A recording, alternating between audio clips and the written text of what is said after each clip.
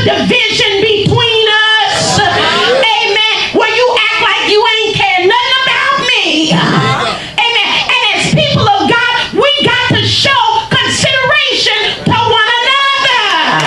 This is a problem we have in the church. We act like we don't care about one another. You know, so-and-so got a blessing. So what? This and that. Listen, we're supposed to show concern for one another. We're supposed to celebrate with one another. We're supposed to encourage one another. But we done got to the point we don't do none of that. We don't encourage one another. We don't support one another. We don't care about one another. We're not considerate of one another. We walk over each other. We do all types of things to prove to you you ain't nothing. The devil. But we all going to heaven together. Glory, glory. The devil is a lie. I said the devil is a lie. Well, let's just forget about it. No, we can't forget about it. We got to do something about it. We got to do something about it. Because we're going to fool around and go to hell. Thinking that we're right. We are not right. We are wrong. And we need to repent. Amen. Not just think it's all right. You need to repent. And change your ways. Amen. Amen. So here, he gonna tell his father, I'm dreaming too. And he told his father another dream. And he said, the sheaves bow down to me. And his father said, what's wrong with you? You think me and your mother gonna bow down to you? And your brother? You crazy. We ain't doing that. You thought certainly he would understand. But the Bible says Jacob rebuked him. The one in authority that he looked to for advice, for support, for security, rebuked him because he had this dream. It offended him because his sheep, it made it look like your son is over, his son was over him. So it offended him that this terror, he had this dream and he counted it as a terrible thing. And so here we see that, when you don't get support, how do you feel? When you don't have the support that you're supposed to have and people put you down instead of lifting you up, how do you feel? And you can be so insecure, somebody's advancement begin to offend you. That's where the church is today. Thank you, my sister. I appreciate it. Amen. Your advancement offends other people. Amen. Your God raising you up, it offends other people. That's why you can't be quick to run around and say, God doing this for me. Honey, just go ahead and do what you gonna do. If you won't serve him, go ahead and serve. Lord, you ain't got to run around telling everybody, because you picking yourself a fight that you're probably not going to be able to fight. Amen. Amen. And so here we see that he didn't have any support at all. But listen to what the Bible said. Listen to what the Bible says. And y'all pardon me because my Bible has turned from that chapter, Genesis 37. Let's look at it right quick. This caught my attention, and I wanted to get your attention on today. What God said in his word. Amen. The Bible says that in the 11th verse, it says, and his brethren, even though he had a dream and they hated him, it said they envied him. There you go. Maybe your hate, that hate wasn't hate. Maybe they envied you. There you go. It says, but they envied him And his father, even though he rebuked him, he observed. He kept in mind what his son was saying. He didn't just cast it off because they knew the importance of dreams. Yeah. Touch your neighbor and say, they knew the importance of dreams. They knew the importance of dreams. Men and women of God in the church today, listen, if we're going to love people and our churches are going to grow, we're going to have to let people come in and do things beside ourselves. We can't keep on doing everything. You see what I'm saying? How you going to do everything? You going to sing, lift the offering, preach the word, everything. You can't give nothing up. Anytime I make a suggestion, Sister Susie, let so-and-so hold the offering today, you get offended. You don't want nobody to take your job. Let sister somebody else say. Let brother somebody else do something. God have given them something to, but you get offended because you don't want nobody to take your position. And you even get to the point you threatened. What's happening? I wonder if they trying to move them in my spot. Listen, you can't be like that. You have to let your sons and daughters dream. Let them have a vision for themselves. Let them have a destiny for themselves. Don't crush it. Don't crush it. If they say, listen, God is raising me up to be somebody great. Where? I know not in here. I know not this. I know not that. Listen, do you know? Listen, if you gonna be this and you gonna be this, you got to do this. You got to do all this. Listen, do you know God can take people at a faster pace than He took you? He can take people at a faster pace than He took you and I. These are the last days. He don't have to take them like He took me or take them like He took you. God got His own way of raising people up, and He ain't got to raise them up like He raised you up. He can raise them up the way He want to raise them up. If somebody give you favor and say, put your name in there, that's what it is. And said, well, she didn't earn it. That name came for her. He didn't earn it. Bishop said his name. Pastor said, if that's the way God want to do it, praise the Lord. You see what I'm saying? Amen. Praise the Lord. We got to get out of this place where we threatened. We threatened. But that threat have come in because we done got so insecure in the church. We done got like the woman of God said last night, all caught up in behind position. And who's for who. We done let competition come up in the church. And we all competing against one another. And so now the spirit is in here. We looking at everybody crazy to see who's the next one God gonna bless. Let me see if I can beat them.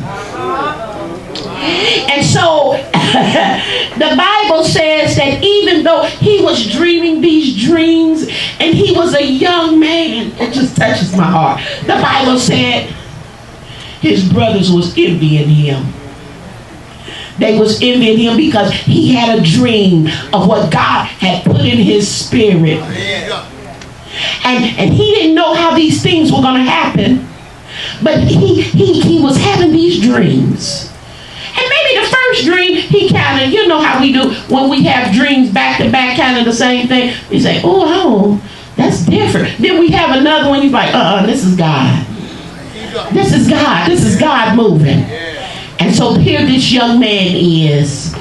And not only was his brothers envying him, I'm going to say it again, but his father was looking at it. His father, looked like his father was a little threatened as well. Because he's the head of the family. Looks like his father was even a little moved too, because he was the head of the family. Look at how dangerous you can get just because of a dream. You ain't got no, listen, when you have a dream,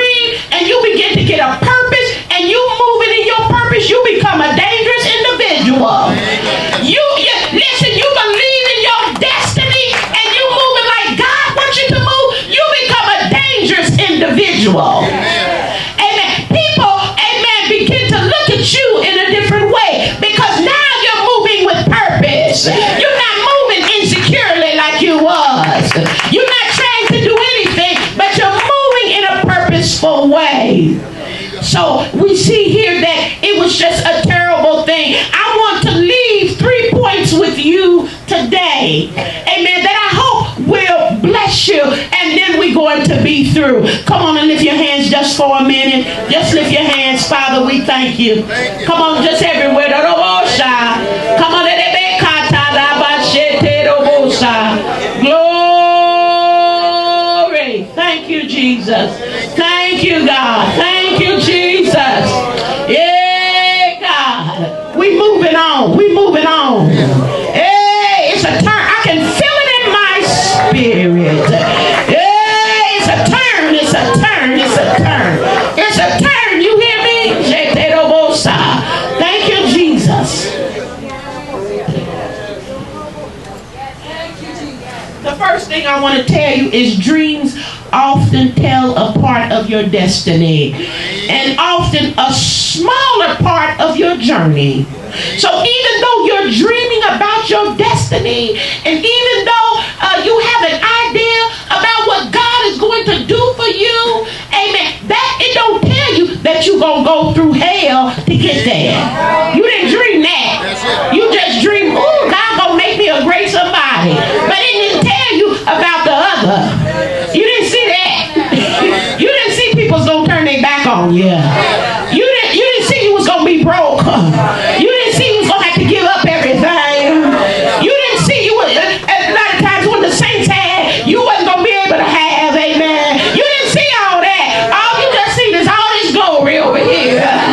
All you just talk about is, you just see the traveling. Come on. You just see the going back and forth.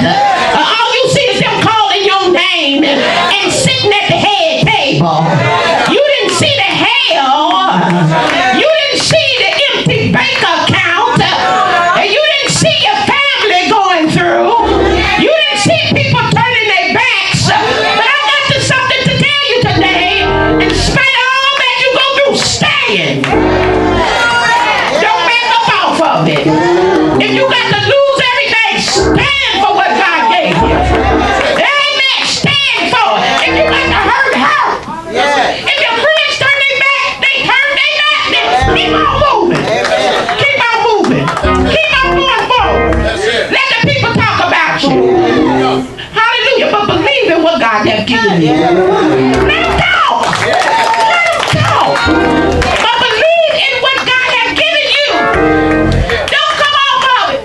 Let them say all manners of crazy. Listen, Evangelist Esther, I don't even try to go back and correct it. I just let it roll. I don't even ask them. I just let it roll. Whatever it is.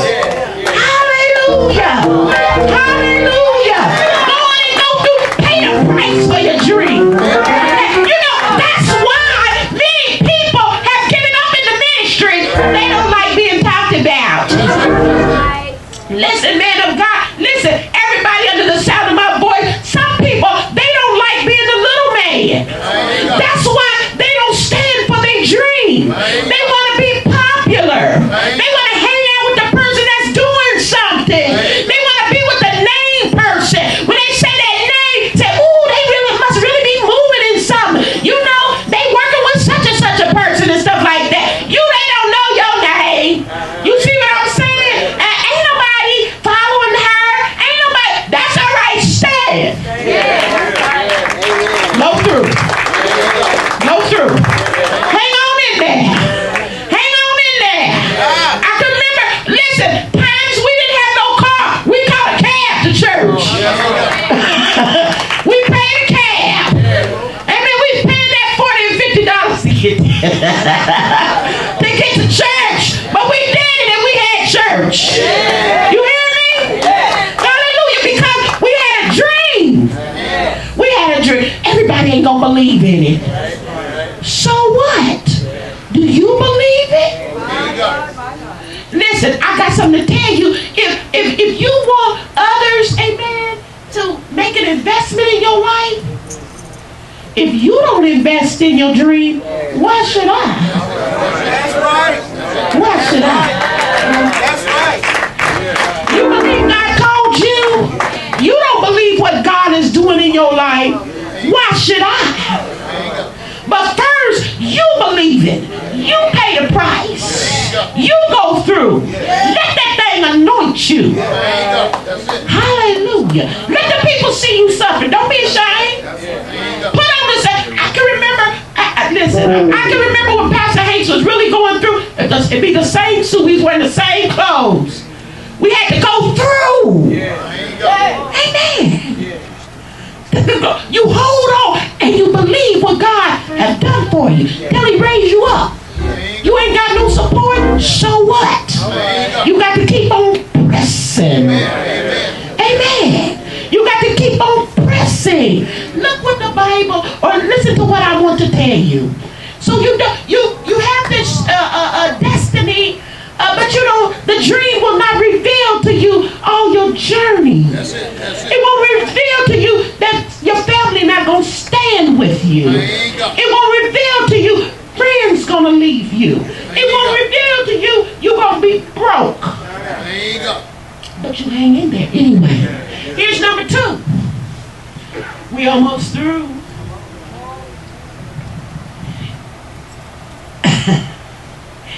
It's possible, God forbid, but part of your growth may be your patriarch selling out on you. It's possible, God forbid, but it could be. It's a lot of people out there now. They say they got ministries. They ain't got no bishop, no nobody. They just out in the wind. And they tell stories that, you know, this happened and that happened. But I want you to know that it's possible that your the person that you look up to may sell out on you. Does that mean you fold up? No. That means you just keep on going. You just keep on going. Listen what the Bible says. You say, oh, that's hard. That's hard. What does Acts 7:9 says? And it said, and the patriarchs, moved with envy, sold Joseph into Egypt, but God was with him. They sold him. The patriarchs sold him into slavery, but God is with them. And I got something to tell you. I love my leaders, but God is greater. Do you hear me? I got an ear. I got an ear. Bishop Hill, I try to get close. Now that I'm a pastor, I'm a little bit closer to Bishop Willis. I try to hear what's on his heart just when he talks. Because he's a man of faith. But God is greater than Bishop Willis. But God uses him. And guess what? God is greater than me and you. Oh, did she say it again? He's greater than you too. Yeah, and me too. So it's all right. Listen. The patriarch moved with him. They sold him out because they was sick of his dreaming. They didn't want to see God raise him up. They didn't want to see it. So number 1 was your journey may have unexpected things happen. Number 2, your patriarch may not stick by you like what you think. Number 3, knowing that you have a progeny means that you have given birth to something that will give birth to something that will give birth to something else. It means that you will live on in somebody. You will live on in somebody. Because of that, all right? Because of that, your blessing can be passed on. Fathers, let your sons dream. Don't put them down when you hear that. When they come and say, God called me, I got a ministry. God showed me I'm going to do this. Well, do you sing? No. Have you ever sung? No, but God showed me myself singing. God showed me myself doing this and that. Don't put them down. Because they may have something in them that turns your whole ministry around. You never know. You never know. Amen. They may have the gift and the anointing that shakes up the ministry and takes it to higher heights that you've been praying about. Amen. The Bible says, listen to this, what the Bible says. So, Father, those in charge, those patriarchs, get used to blessing now. And get used to laying on hands now. I want to bless you so that you'll go far. I want to, listen, since I become a pastor, I go to the volleyball games and all the different games and the graduations and the birthday parties and the house blessings and all that you gonna make. Oh, you got a studio now, but one day we gonna come to your great big old house and their eyes just open up. They so happy. Listen, you got to get to the point where you bless, not curse. Don't put people down by having a dream and trying. Do you know what? Some of us church people, that's why we done lost some of our kids and families. Because we done made them feel like, you ain't like me because you still ain't where you supposed to be. Amen. You need to be doing it like this. You need to look like this. You need to do, and then we done lost family members. They don't even want to come to church. They don't want nothing to do with us because we don't believe in them. We don't believe it. We don't support them. Amen. We don't ask them to participate, not like we should, because you ain't like me yet. When you get like me, I'm gonna call you. I'm gonna use you then, because you just like me. Listen, saints, this is what the Bible said in Hebrews 11 and 21. By faith, Jacob, when he was a dying, even though he was questionable about his son, when he was a dying, blessed both the sons of Joseph. When he got older, and it was Joseph who had to rescue his father. It was Joseph who had to get his brothers and his father and his family out of Egypt. Wonder if Joseph would have got hard-hearted and decided to turn his back totally on his family for hurting him so bad. What if he would have did that? They never would have been rescued, but he was able to rescue them when famine tried to take them out. And then Joseph, he loved his father. The Bible says by faith Joseph, when he was a dying, blessed both the sons of Joseph. Jacob did that. Blessed both the sons of Joseph and worship, leaning upon the top of his staff. He was able to see then. I didn't know, son, that you was going to grow like this. I didn't know you was going to be favored like this. I just thought you was some little old boy, 17, running around talking about you having a dream. I didn't know you was going to be favored like this. I didn't know you was going to be this close to Pharaoh and he was going to love you. I didn't know you was going to have to rescue me, son.